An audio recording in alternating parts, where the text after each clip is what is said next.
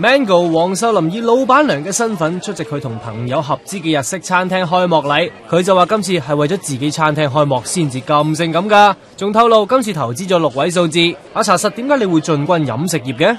因為其實我一路都好想做，即係創一番事業咁，想開一啲屬於自己嘅嘢咁，同埋我自己都好中意食嘢啦。咁我之前都有去過日本住過一段時間去學日文，咁所以都對一啲日本嘅一啲料理都好有興趣咯。即係而家都唔拍戲㗎啦，全力做商界女排。其實都比較少接觸娛樂圈嘅嘢咯，咁可能遇到啱嘅咁都會去做咯，但係因為而家呢排都比較忙，我鋪頭啲嘢咁樣咯。而同場嘅仲有馬思偉，係今年書展嘅靚模寫真呢個尺度真係好踩界下㗎，有啲全裸啦，仲有啲好似話影小便相啊，你會唔會覺得而家嘅寫真意識好不良呢？